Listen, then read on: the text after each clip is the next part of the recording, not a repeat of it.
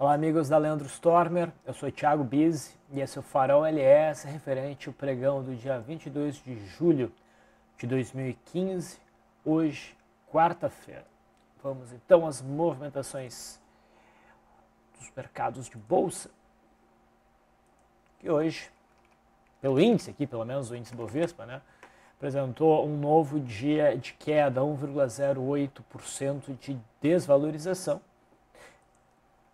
seguindo, né, na movimentação baixista que a gente vem acompanhando nos últimos dias, fruto da decisão, da definição que o mercado apresentou no pregão de sexta-feira, tá? Como vocês já estão sabendo. Então a gente está dentro de uma tendência de baixa. O mercado ontem alcançou a região do fundo anterior, formou um candle de indefinição, não chegava a ser um candle que indicava alguma reversão de mercado, né? Por isso, do ponto de vista de gráfico diário, a gente deveria seguir com a expectativa baixista, mas do ponto de vista intradiário, pelo fato do mini índice ter alcançado aquele suporte do fundo do dia 7, a gente deveria estar mais atento, né, a possíveis reversões de mercado que apareceriam primeiro no gráfico intradiário para daí se refletir num sinal no gráfico diário. Esse era o ponto. O mercado estava mais propenso a partir do fechamento de ontem, ou seja, o pregão de hoje, a um repique. Só que precisava acontecer algum sinal nesse sentido. Estamos aqui olhando o gráfico intradiário do mini índice e, no final das contas, a gente não teve qualquer sinal altista. O mercado abriu num gap de baixa, rompendo o suporte do fundo do dia 7, ajustado aqui um pouquinho para baixo para pegar exatamente o fundo de ontem. As primeiras horas de negociação foram laterais, mas o mercado foi cada vez se aproximando mais do fundo formado no comecinho do pregão, tá? Dizendo aqui algo próximo de um triângulo baixista. Distante da possibilidade do rompimento de linha d'água, então a gente conversou, a gente mencionou na LS Live que dificilmente a gente teria uma oportunidade de compra no intraday de hoje, porque a oportunidade, o setup mais próximo seria o rompimento da linha d'água, e a linha d'água estava muito distante para valer a pena. Então, se o mercado desenvolvesse um movimento de alta ao longo do pregão de hoje, seria para testar a linha d'água e provavelmente desenvolver um cenário para permitir, né, algum repique nos próximos pregões, mas não foi isso que aconteceu, tá? O mercado tinha, pela sua movimentação nas primeiras horas, uma maior propensão a romper a mínima das primeiras horas e com isso gerar um sinal de venda e dar continuidade ao movimento de baixa. Esse rompimento aconteceu no candle das 14h15, o mercado caiu um pouquinho depois disso, chegou a cair 0,32%, mas não conseguiu alcançar 20% da média da volatilidade histórica, que equivaleria a um 0,85% de queda, tá? Então essa operação de rompimento, que pode ser considerada um rompimento de primeiro movimento, não alcançou o alvo, e dentro do meu modelo de ajuste stop, tirou stop com mais ou menos aí uns 100 pontos de prejuízo. O mercado não conseguiu fluir, tá? Fechou apresentando uma pequena recuperação em relação à queda do início do dia, mas nada que nos faça pensar que estamos, por esse gráfico aqui, próximos de um repique, tá? A faixa entre 51.600 e 51.500 é a zona de resistência para o pregão de amanhã. A expectativa deve se manter baixista pelo gráfico diário e pelo intradiário a gente depende de algum enquadramento de setup para definir alguma operação. Mas isso inserido ainda dentro de um viés baixista.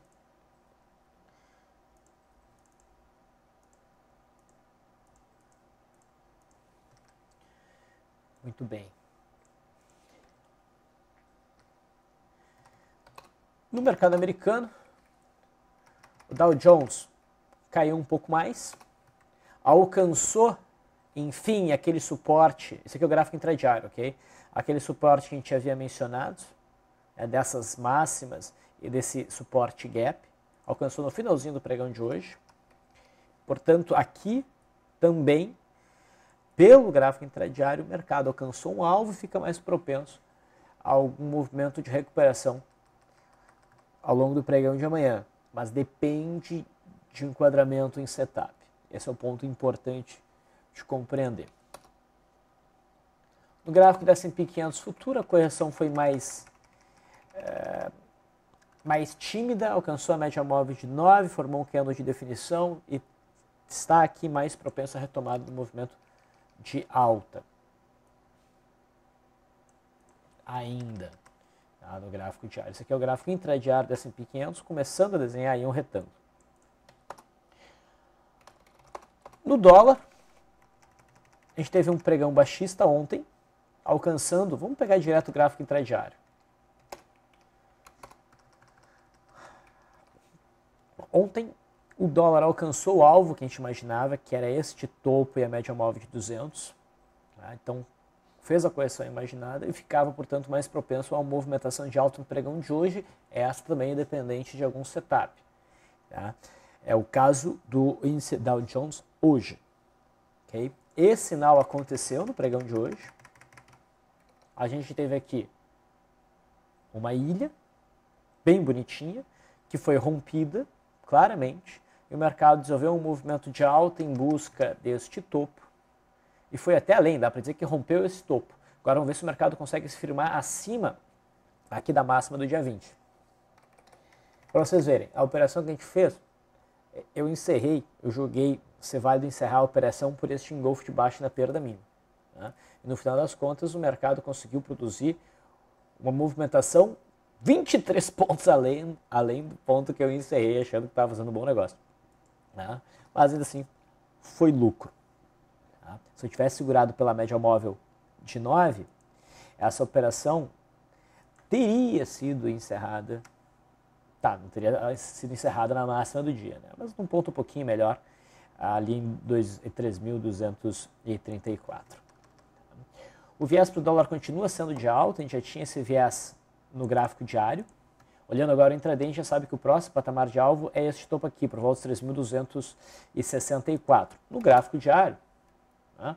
Então, a expectativa de correção aqui era de ser uma correção curta, um padrãozinho de contração, provavelmente, para o mercado retomar um movimento de alta e buscar esse topo. É o que está acontecendo, o mercado está retomando um movimento de alta. Tá? A expectativa, então, para amanhã para o dólar é ainda alta. O gráfico do juro ontem formou um candlezinho de indefinição, ali uma estrelinha. Era prematuro para buscar operações de retorno à média, porque o suporte que eu desenhava, na verdade, assim, ó, ainda não havia sido alcançado. Tá? No pregão de hoje o mercado caiu, beliscou esse fundinho no final de maio e agora forma um sinal de reversão, um doji de sombra inferior longa. Olhando esse gráfico um pouquinho melhor, não tem por que imaginar que o suporte mais forte está aqui. Tá? Isso é algo que acabou ficando no meu gráfico porque em algum momento esse ponto era forte. Tá? Esse fundo aqui ele é mais amplo do que esse fundo, portanto ele é mais importante. Então não devo esperar por uma queda maior no juro só para alcançar esse patamar aqui. Tá? O juro já posso dizer que o juro alcançou o suporte. É um cenário parecido com aquele caramba, qual que é o papel agora? SUSB5? SUSB5. Eu estava com essa linha aqui de suporte com uma mais grossa, essa aqui com uma mais fina. No final das contas não fazia sentido, esse aqui é o ponto mais forte. Então a mesma coisa no juro. A forma como o juro fechou me parece bem interessante para uma operação de compra de retorno à média. Se a máxima de hoje for superada nos próximos pregões, eu acredito numa recuperação forte dos juros nesse gráfico. Tendo como resistência intermediária as proximidades ali de 13.625 a 13.670, 680 na verdade, e depois o topo principal lá em 14.100 pontos. Então o juro ficou com uma cara boa para compra, mas claro, dependente da superação da máxima de hoje no pregão de amanhã, quinta-feira. A Vale deu uma beliscadinha na mínima da consolidação, não conseguiu romper. Vamos frisar que ela está em cima de uma zona bem importante de suporte, no gráfico sem ajustes, no gráfico ajustado ela está em cima do fundo de 2008. Ela pode até cair um pouquinho para testar essa região, mas a gente tem que ficar bem atento a um sinal de reversão, idealmente um pivô de alta no ativo. Tá? Petrobras segue em queda, começa a desconfigurar essa linha de retorno no canal de alta. No final das contas, a gente vai ter só uma LTB aqui. Tá? Não fica muito claro o suporte para a Petrobras. A gente tem esse topo anterior que está quase sendo alcançado ali nos 10,30.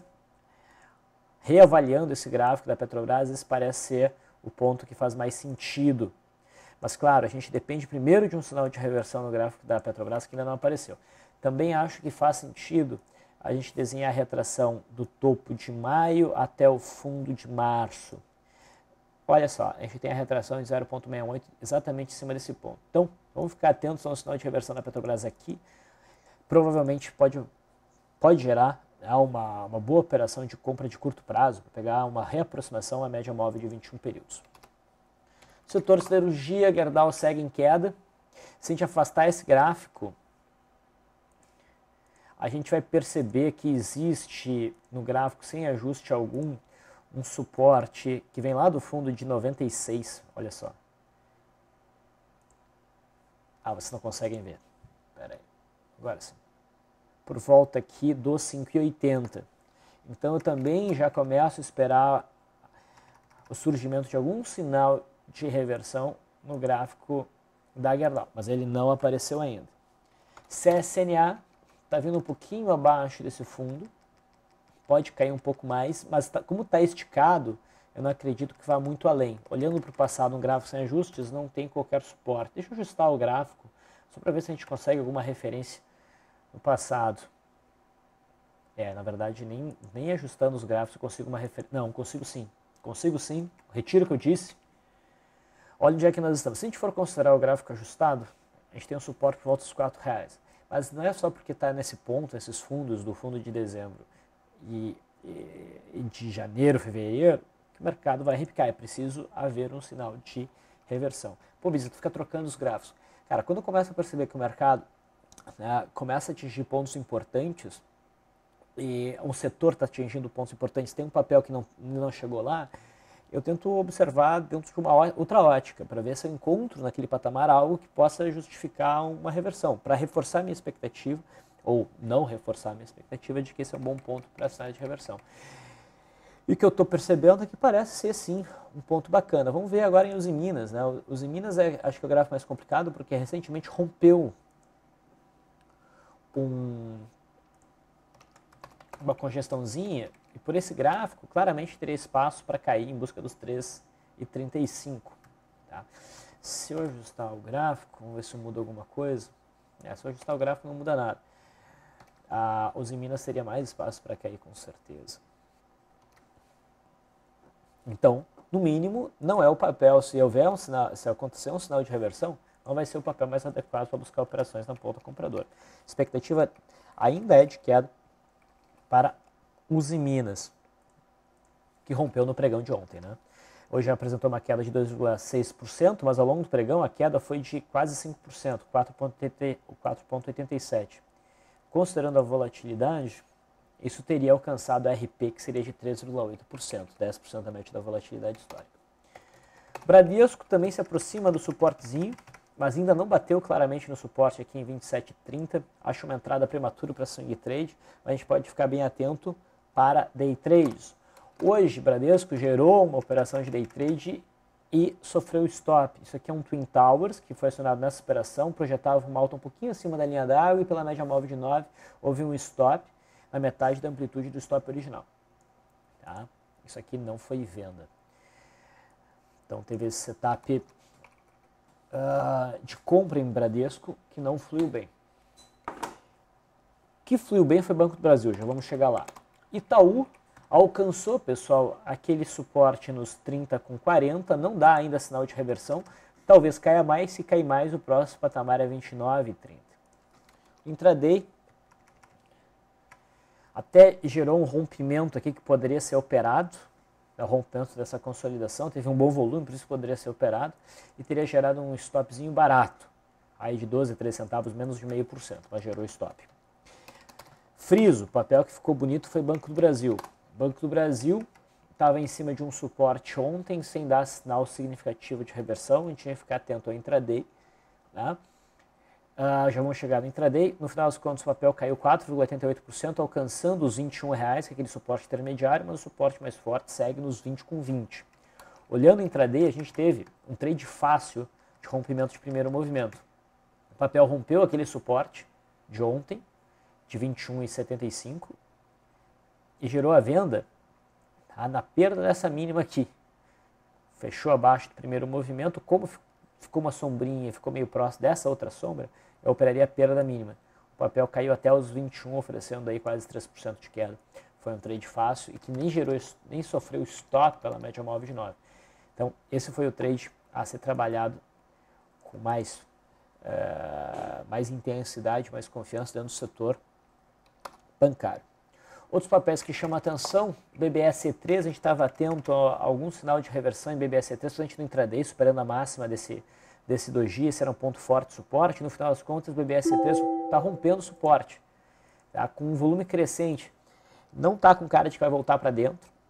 Então, eu vejo um BBSE3 um sinal de venda e o próximo suporte realmente significativo se apresenta a partir dos 29,15. Então, tem espaço para BBSE3 cair. Tá? Eu prefiro, nesse caso, como a gente está fechando abaixo da média móvel de 200 pela primeira vez, eu gosto de usar o critério de confirmação. Então, a venda para mim aqui realmente fica atrativa se o papel vier abaixo da mínima de hoje. Ou seja, a gente trabalhar abaixo de 32. Se vier abaixo de 32, daí é muito provável que esse rompimento se desenvolva. Tá? Brasil Foods é um papel que vem andando de lado há algum tempo, depois da barra de ignição. Tá? Isso aqui parece ser um processo de pullback, do rompimento dessa zona. Não buscaria operações de correção aí. A gente tem que ficar atento, na verdade, é um sinal de rompimento dessa LTB de curto prazo. Tá? Mas é um papel que tem que ficar atento porque está com uma cara boa para compras de prazo maior.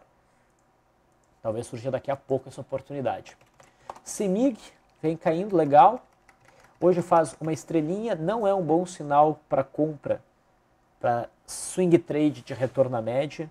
Tá? Eu já expliquei para vocês que esse candle de pequena amplitude não é muito bom, mas o papel merece um acompanhamento no intraday, porque pode gerar oportunidades tanto na compra quanto para venda, ainda mais com essas bandas estreitas. Tá? Fibria. A gente estava naquela situação dúbia entre um triângulo simétrico rompido para baixo e um retângulo. O candle de hoje me convence de que é um retângulo. Tá? A gente testou a linha horizontal, teve uma reação forte, mesmo com o mercado caindo hoje, teve uma alta de quase 6%, volume crescente, barra sólida. Esse é um cenário de barra de ignição, superação da máxima. Seria um ponto de entrada com stop abaixo da mínima de hoje, ou melhor ainda da de ontem, com alvo lá nos 46, e pelo gráfico semanal também vai se desenhando um cenário interessante, onde o papel vem andando de lado, toca ali, encontra a média móvel de 20 períodos e encontra também a banda de Bollinger fechando e dando sustentação aos preços, dentro de uma forte tendência de alta. Então o gráfico da fibra ficou bem bonito na minha ótica. HGTX rompeu hoje o suporte dos R$12, rompe com força, abre bandas de Bollinger, vai caindo no vazio. Próximo suporte significativo está muito lá embaixo, então ele cai realmente no vazio, é um sinal de venda bacana. Tá? O stop, se for feita essa operação, idealmente tem que ficar acima dos 12,15, 12,12 por aí. Tá? A gente não pode usar essa máxima porque estaria abaixo do ponto de rompimento. JBSS 3 alcança aquela segunda linha de suporte da congestão que a gente imaginava. Então eu mencionei que o rompimento desse dia aqui era questionável porque esse suporte aqui era relevante, mas BISE não é o mesmo caso do juro, não é o mesmo caso do SUSB5. Olha, esse caso aqui me parece mais consistente, esse suporte aqui, tá? Porque tem um gap aberto segurando. Tá? E há um sinal aqui, há um sinal de reversão. O mercado veio até a estrutura mais externa para dar o sinal com mais volume do que no rompimento baixista. Mas não é exatamente um papel que eu gostaria de abrir posição de swing trade, só me parece ter alcançado o suporte, deve ficar atento para intraday. Inclusive hoje gerou um rompimento de linha d'água, que aqui não era questionável, não acionou nem pelo método BIS nem pelo método Leandro, aqui pelo método BIS acionou, só não foi longe. Marfrig está dentro do mesmo setor, né? Marfrig abriu um gapzão no final de junho, desde então vem andando de lado, estabeleceu o suporte aqui no 5,20, hoje testa suporte, e eu acredito que vai segurar esse suporte. Superação da máxima de hoje, provavelmente joga o papel a testar a resistência lá em 5,80. Mas trade bom mesmo vai surgir quando e se Marfrig conseguir romper o 5,80. Daí sim a gente tem trade bom. Rent 3 alcançou um suporte importante, o fundo de 2013, nas proximidades do fundo de 2012, tá? Dentro de um grande movimento lateral, como vocês podem observar aí. E o candle de hoje é uma barra de ignição com bom volume. Não me convence tanto quanto a barra que a gente vê em Fibra, porque ela fica abaixo da média móvel de 21 períodos. Tá? A média está bem próxima. O caso da Fibra já fica acima, tá vendo? E a média dá uma viradinha, então é um pouco diferente. Mas vale a pena acompanhar. A Rent tem boas chances desse papel de ver um movimento de alta superar a máxima de hoje. Rumo 3 foi uma venda bem forte do pregão de ontem, né? O papel hoje deu continuidade a um movimento de queda, fechou numa queda de 7%, tendo alcançado uma desvalorização maior de 10% ao longo do pregão, e deve prosseguir no movimento de queda.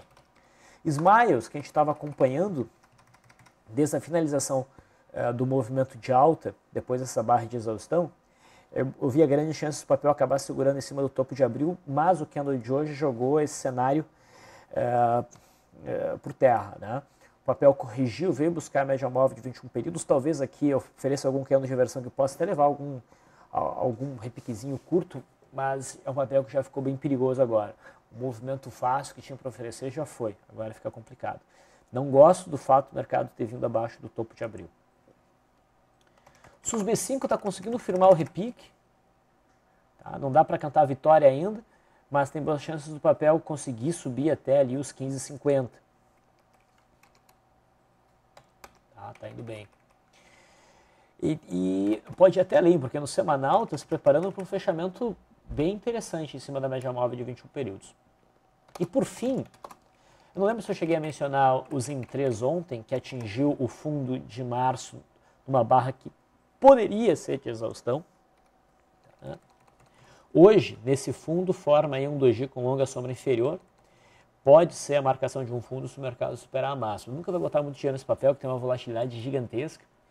Mas se for pouco dinheiro, um bom manejo de risco, acho que até dá para brincar se o mercado superar a máxima de hoje. Em termos intradiários, eu já mencionei o trade no dólar, o trade no futuro que não fluiu. Mencionei o rompimento de primeiro movimento em Banco do Brasil, Bradesco e Itaú. Falta mencionar a NIM3, que segue em queda, depois do rompimento que nós vimos aqui. Tá? No intraday gerou uma venda bacana. Estava acompanhando esse primeiro movimento que foi crescendo em amplitude, e daí no candle das 15h15 permitiu uma queda, uma venda que alcançou 1,7% de ganho. Foi bonito esse trade. CETIP é um papel que chamou a atenção ontem, que a gente falou pelo forte volume. Sei lá, acho que a gente falou, às vezes eu me confundo com o que eu falo no LS Live. Não, a gente mencionou aqui o rompimento que eu não levei tanta fé de primeiro movimento. Hoje mostrou uma barra elefante altista. Tá? Uma barra elefante altista que conseguiu alcançar o alvo.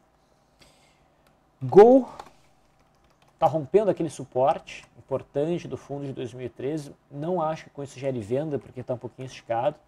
No intraday a gente estava acompanhando um cenário muito parecido com o da NIM3, o rompimento desse suporte, só que o rompimento não ficou tão claro. Quando ficou claro, a operação já tinha acontecido.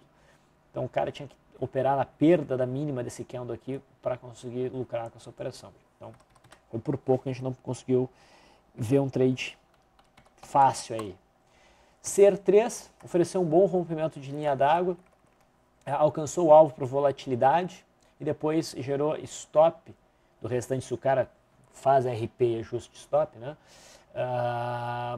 Na perda aqui da linha da média móvel de 9.